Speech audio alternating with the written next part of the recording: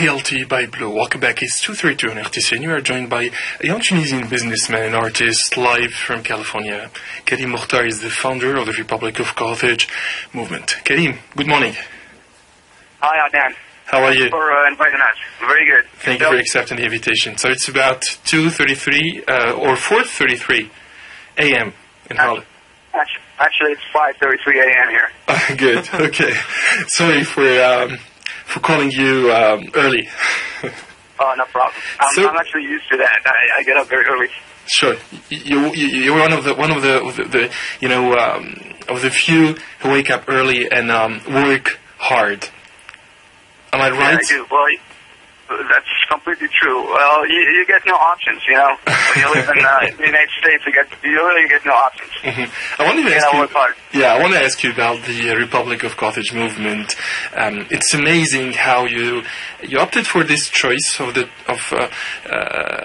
Carthage, the Republic of Carthage. Why not the Republic of Tunisia? I've asked the same question to your friend. Good. Well, the movement started on mid-2012, and then later on a group of young Tunisian activists, artists, and professionals who live in and outside the country joined in. And I see that this number is growing day by day. The movement has several ambition goals that may sound at first maybe a little controversial for some of us. Among these goals, and maybe the most shocking, coast-to-coast shocking, is it's changing the name of the Republic from Tunisia to Carthage. I understand maybe some people are going to ask me the question, why you want to change the name? That's our name, and we grew up knowing that name, and we're Tunisian, you know. Well, yeah, I'm proud. I'm proud to be Tunisian, but I'm also proud to be Carthaginian, and I believe our real name is Carthaginians and not Tunisians, and I will explain that to you. Yeah. Another one is to think, another ambitious goal the movement has is to think of converting a good percentage of the hundreds of thousands of unemployed citizens to literally a cyber army of online business startups, owners, employees, and freelancers. And I believe we really can do this. There is no reason for us to wait this long to get employment in the country. We are highly educated. We have free education in Tunisia, so most people are highly educated, and we have no reason to really wait for anything. We can do this. We can take initiative, and we can create jobs on our own. We will develop a strategy to transform the way our people think of both the internet and work. And as you know, our current economy is really hurt. But there is good news as well. This can be fixed. Good news? And really? You're talking about good news? Yeah. Are you kidding? What's that? Are you kidding? Good news? Really? Well, I'm not really kidding. So we just need to make a shift, in the way we think, in our mentality, the way we think of the internet. We tend to think that the internet is mostly for entertainment and just political debates and things like that. But we tend to transform all this to basically a money-making machine. There is no reason not to. We have a strong desire for freedom. All our young people have a very strong desire for freedom, and I believe that freedom, to reach that goal, we need to understand the concept of financial freedom as well. Because if you're not making money, if you're not getting some money, if you're not creating jobs, there is no way for you to become free at all. Sure. You might think you're free, but you're not really free because your entire country is controlled by a lot of foreign governments. Because you're not really making your own decisions, and the government cannot make their own decision if people are not working. That's like the basis of all society is work. Karim, you're talking about the internet and the use of the internet, but this is globalization, and I ask the same question to Slimane. It's globalization, it's a globalized word, so we need to work together. Most of the time, you don't make your own decisions. You have to talk to people because we are not just one country in Africa or in the Mediterranean. Of course not. Of course not. No, that's not what I'm saying, Adnan. What I'm saying is we need to really interact with other countries because we're not. In my opinion, we're not. We all interact in code to code and a productive way. You know. Okay. So some aspects of this are good, such as we're learning from other cultures. We're telling people about who we are, what we eat, how we dress, and all that stuff. But the main thing, the main purpose of the internet is, at least for the here in America or in Europe or a lot of those countries, those people are making money out of the internet. We're not. Okay, so for the moment, forget about making money. What about, talking to people about this program, this new political party or this movement, let's say political movement, the Republic of Carthage? How do you use the internet to reach out to people in Tunisia and in North America? We do a lot of, some basic stuff such as the social networks, Facebook, Twitter, and all that stuff, and then we try to get some other political leaders in Tunisia and outside of Tunisia, Tunisian people outside of Tunisia to join us. That's how we do it. Karim, and what's the difference between the Republic of Carthage movement and other political parties? There are more than 100 political parties in Tunisia. Right. Is it a movement Is it a movement for the youth? Yeah, it's the movement for the youth, but not just the youth. It's for anyone who believes in our history, and not just our history, who believes that our history, if you don't know your history, you're not going to be able to change your present and future. Sure. I believe we've been marginalized for a long time now. Tunisian people have been marginalized for a long time by our previous government and by colonialism and by a lot of different factors. And I believe it's time for us to wake up and to know exactly who we are, and to accept the other and to work hand in hand all together. So that's the main goal. And changing the name, by the way, you asked me about why we want to change the name of Tunisia, right? The way we think of this is as follows. The name was already changed a while ago for some reason. We're not really trying to change the name again. The name was already changed. The name of the country was the Republic of Carthage, for over 1,000 years. So we didn't really change the name. The name was changed, and we didn't know who changed it exactly, and we don't know exactly why they changed our name. This is like changing a prestigious and glorious name to a name that almost nobody knows in the world. You know what I mean? But which arguments will you use to convince the authorities and the people to opt for the new name? Which arguments? Sorry, say that again. Which arguments are you going to use to convince people to join you, to join your ranks? Well, the main legitimate argument is history. It's really who we are. We know our history. No matter how they try to change our history, to change our name, to change all that stuff, we still know our history. This is a fact.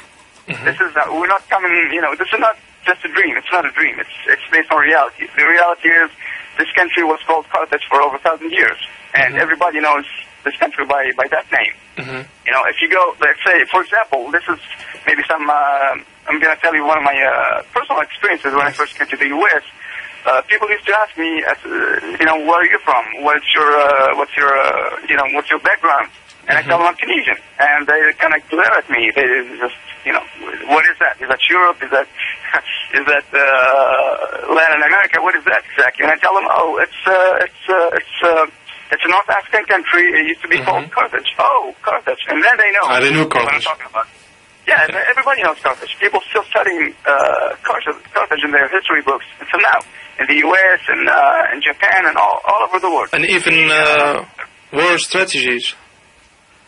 What's up? War strategies of Carthage are being studied now in strategy universities. Of course, yeah. I think we don't need war strategies. We need economy. Economy. Yes, economy. Yeah. We need economy. We need education. Yeah. I want to ask you about the challenges, Karim Mokhtar. The challenges that you'll probably be facing as a new movement, a new political movement in Tunisia. the main challenge is to make the shift, to change people's consciousness about this, because it's really, I believe, for some people, it's really controversial. People don't really accept such a big change just out of the blue. We grew up knowing that we are Tunisian. We love Tunisia. It's our country. We are, we're Tunisians. We're not Carthaginians. Unfortunately, all we know from Carthage, most people, all that they know from Carthage is the festival. And let's say if you Google Carthage, for example, which I think it's a little shameful, if you Google Carthage, like the first 3 pages are about the festival and are about singing. And I'm not. By the way, I'm not against singing at all. I see. You're an artist. You're an artist, so you have no problem with that. Yeah, exactly. I'm an artist myself. So what I'm saying is, we're not really. We don't really know our history. We don't really know who we are, and that's what's creating a lot of confusion. And that's what's making a lot of people, unfortunately, don't have a lot of respect for the country itself. Everybody wants to leave the country. Everybody thinks that once we leave Tunisia or Carthage, life is gonna suddenly change, and we're gonna be happy, and we're gonna be, it's not the truth. We're gonna know who we are exactly first. Do you think it's just about names? I'm sorry, I didn't hear that. Do you think it's just about names? Do you believe the name will convince people to work harder? No, of course not. The name is just a symbol. Okay. Yeah, I see. The name is the symbol. This is, if I'm going to give you a little analogy, it's like someone who doesn't know his name, or someone else changed his name. You're not going to go far in society without knowing your own name. So that's like the first step. You got to know your name. And by the name, I don't just mean changing the word itself. It's not really the word. It's the symbolism behind the word. It's the history that a lot of people don't know. Again, it's the pride. It's a sense of pride. When you have that sense of pride, you're gonna be more motivated to do things. Karim, as a young businessman and politician based in the United States, how do you evaluate the current political situation in Tunisia? Like most people right now, it's based on what's going on the numbers, on the stats. I don't think we're doing very well. The unemployment rate is increasing, as everybody knows. The cost of living is very high. Last time I went to Tunisia, I made some comparison. It's almost the same, with the same prices as in California, which is considered one of the most expensive places on the face of the earth. The wages in Tunisia are very low. I don't really understand how a lot of young people can survive in this economy. And by surviving, I don't just mean eating and sleeping. Because we're humans and we need to grow as humans as well. It's not just about eating and sleeping. And we need to learn things. We need to do things. We need to all that stuff. I don't see with this current situation how we're going to be doing all that stuff unless we, like I said again, one of the ideas we're implementing is the e-commerce in Tunisia, for example. We're gonna, for example, I believe in liberation of the dinar, Tunisian dinar. I believe we should enable our young people to start small companies on the internet and start selling products and services all over the world. Especially, Tunisian people speak at least 2 languages, at least Arabic and French, and these 2 languages are extremely strategic. On RTCI, we speak Spanish, Italian, German as well. Right. No, I said, the average can speak at least 2 languages. Yeah, that's the advantage here. And that's what, the same thing happened in the Republic of Carthage. That's why the Republic of Carthage was very strong and powerful, because it's the same exact reason, People are very diverse, and people were very into commerce, international commerce. It's the same exact thing, Karim, what is your final message to our listeners who are listening to you now on RTCI? Well, my final message again is, I would say this. I would say the walls of Carthage were certainly destroyed about 2,000 years ago, but the idea itself is not, and will never be. The movement is, this movement is the seed with which the idea will flourish again. Karim Mokhtar, thank you very much. You're in California, and